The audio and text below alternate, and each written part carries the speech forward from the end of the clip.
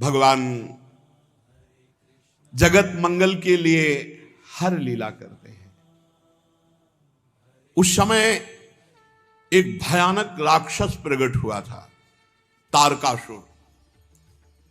इतना प्रबल प्रतापी था कि तीनों लोक में कोई भी लोकपाल, कोई देवता, कोई ऋषि मुनि अपने श्राप से या अस्त्र शस्त्र से, दिव्यास्त्र से मार ही नहीं पा रहे थे तारकासुर को।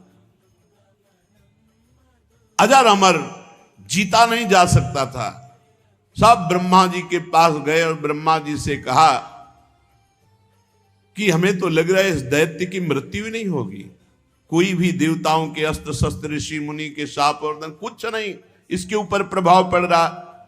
तो ब्रह्मा जी ने कहा मैं देखकर बता सकता हूं कि तुम जितने भी लोकपाल सब मिलकर मारो तो भी नहीं मारा जाएगा। इसे भगवान शंकर का पुत्र हो तब मारा जाएगा। भगवान सहायता करें। और मैं जो कह रहा हूं वो बात ध्यान से सुनो। सती जी ने दक्ष के यज्ञ में देह का त्याग किया और हिमांचल के घर में पार्वती जी के रूप में जन्म लिया। भगवान शंकर को पति बनाने के लिए घोर तप किया। इधर भगवान शिव जी तो सब कुछ छोड़े हुए पुनः समाधि में। जे ही पार्वती जी की सूचना मिली तो प्रेम में मगन होकर मन को संभाला और समाधि में गए। अब बड़े असमंजस की बात है कि ब्याह के लिए इनकी समाधि भंग हो, और समाधि भंग करने की सामर्थ्य त्रिभुवन में किसी के नहीं। एक उपाय हो सकता है, यदि तुम सब जाकर कामदेव की विनय करो, कामदेव जाए भगवान शिव को काम से युक्त करे तो विवाह होने में देरी न लगे। शिव की समाधि काम भंग कर सकता है।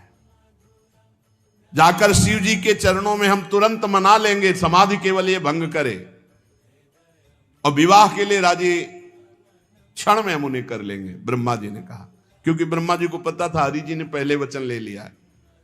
लेकिन पार्वती जी के प्रेम को सुनते ही इतना उमगे और बस समाधि में पहुंच गए। अब देवताओं ने कामदेव को बुलाया। कामदेव उपस्थित हुए, 5 बाण धारण करने वाला और मछली की ध्वजा। देवताओं ने कामदेव से कहा कि हम सब पूरे त्रिभुवन की रक्षा इस समय तुम्हारे हाथ में है, जाओ और भगवान शिव की समाधि भंग कर दो। कामदेव लगा तुम्हारा सबका दिमाग तो सही है, ज्वाला में झोंक रहे हो हमको, भगवान शिव की समाधि हम भंग कर देंगे। सबने विनय किया कि आप पूरे त्रिभुवन की बात है, तारकासुर आतंक मचाए हुए है, किसी भी देवता का, भगवान शिव की समाधि हम भंग कर देंगे। सबने हाथ जोड़ा और कहा बड़ा यश मिलेगा आपको, सबकी रक्षा का आपको उत्तरदायित्व तो ब्रह्मा जी ने आपको दिया है।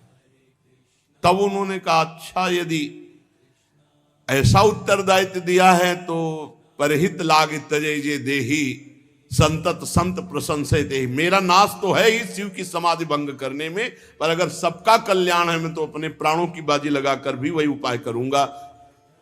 सबको सर नवाया, ब्रह्मा जी का स्मरण किया कि पितामह की आज्ञा है, और अपने सहायक बसंत ऋतु को लेकर 5 बाण